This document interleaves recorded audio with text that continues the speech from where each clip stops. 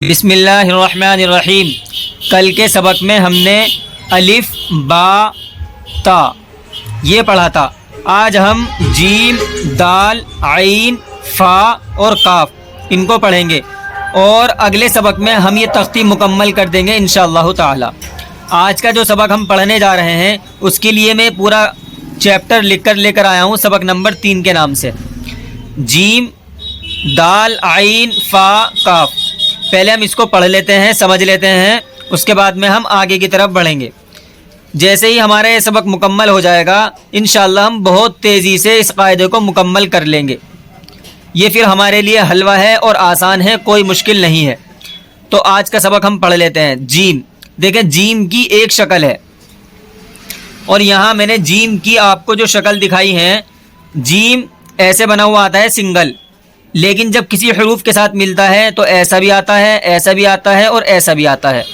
یہ سب جیم کی شکل ہے اور جیم کے نیچے ایک نقطہ ہوتا ہے، جیم کے اندر ایک نقطہ ہوتا ہے، یہ آپ کو پتہ ہی ہے۔ یعنی آپ کو صرف اتنا دھیان رکھنا ہے، جیم ایسے بنا ہوا ہوتا ہے، اگر نیچے نقطہ لگاتے تو جیم بن جاتا ہے، اگر اوپر نقطہ لگا دیں تو خا بن جائے گا اور نقطہ ہٹا دیں تو حا بن جائے گا، یہ آپ کو پتہ ہے۔ جیم کے ایک نقطہ اگر اندر ہو تو جیم، نقطہ نہ ہو تو حا، نقطہ اوپر لگا دو تو بن جائے گا خا۔ تو یہ جیم شروع میں اس طرح آئے گا جیسے جیم با، درمیان میں اس طرح آئے گا تا جیم دال، اسی طرح جیم اس طرح بھی آتا ہے تا جیم دال۔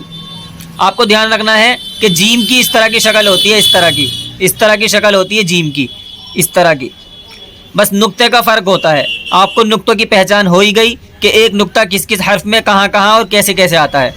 تو یہ ہے تا جیم دال، آخر میں جیم جو ملا ہوا ہوگا حروف کے ساتھ وہ ایسا آئے گا جیسے تا لام جیم۔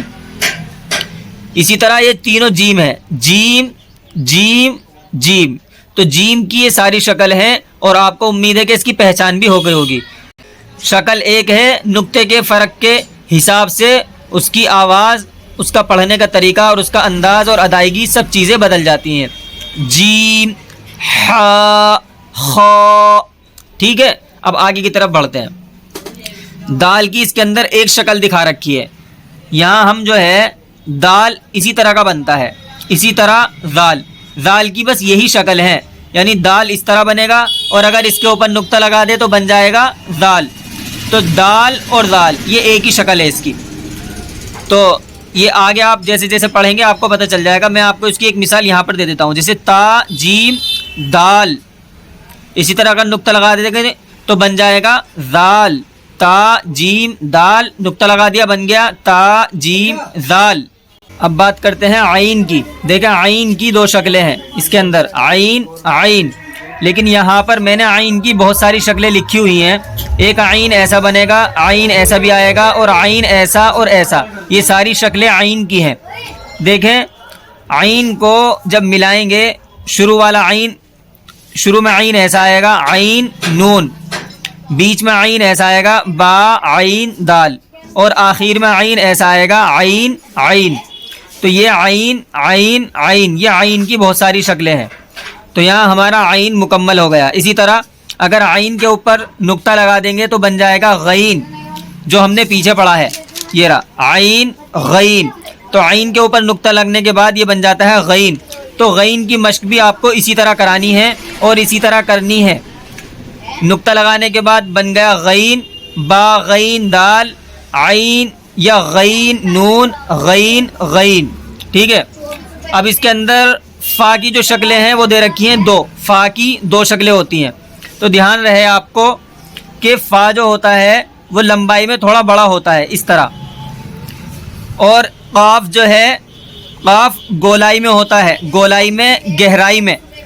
تو فا یہ ہے اور قاف یہ ہے، ان دونوں کی مشق سیم ہی ہوتی ہے، بس تھوڑا سا لکھنے کا اور نقطے کا فرق ہے۔ فا کے اندر ایک نقطہ ہوتا ہے اور قاف کے اوپر دو نقطے ہوتے ہیں۔ تو فا شروع میں ہوگا تو اس طرح آئے گا جیسے فا ضا، بیچ میں آئے گا تو اس طرح آئے گا خا فا تا، اور آخر میں فا اس طرح آئے گا۔ یہ تینوں شکلیں فا کی ہیں، فا فا فا۔ اسی طرح اگر ہم اس کے اوپر 2 نقطے لگا دیں تو یہ بن جائے گا قاف.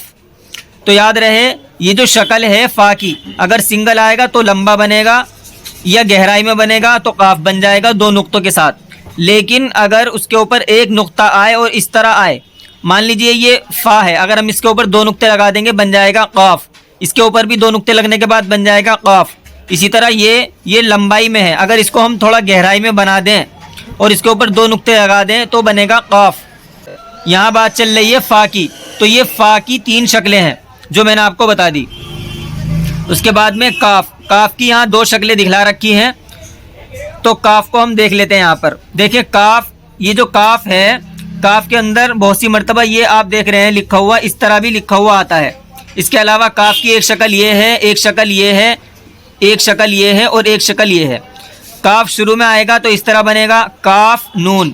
اسی طرح یہ کاف ہے، یہ دوسرا والا کاف، یہ ہے کاف لام. بیچ میں آئے گا تو کاف اس طرح بنے گا لام کاف نون. اور آخر میں کاف جو آتا ہے وہ اس طرح بنے گا جیسے کاف کاف. تو یہاں دیکھیں جو شروع والا کاف ہے یہ یہاں پر کاف بنا دیا گیا ہے فا کاف. اگر اس کے اندر یہ شوشہ نہ بھی آئے، یہ لکھا ہوا ہے جب بھی یہ فا اور کاف ہی پڑھا جائے گا. اسی طرح یہ ہے کاف اور کاف، اس کے اندر سے اگر ہم یہ شوشہ ہٹا دیں یہ بن جائے گا کاف اور کاف. تو یہ ہمارا سبق آج کا مکمل ہو گیا ہے، اور انشاءاللہ اگلے سبق میں ہم یہ تختی مکمل کر دیں گے. اس کے بعد میں انشاءاللہ ہم آگے کی طرف بڑھیں گے. تو اس کو خوب مشق کریں اس کی، اور جو پچھلا سبق آپ کو پڑھایا تھا وہ سارا بھی آپ کو پڑھنا ہے. ٹھیک ہے. السلام علیکم ورحمۃ اللہ وبرکاتہ.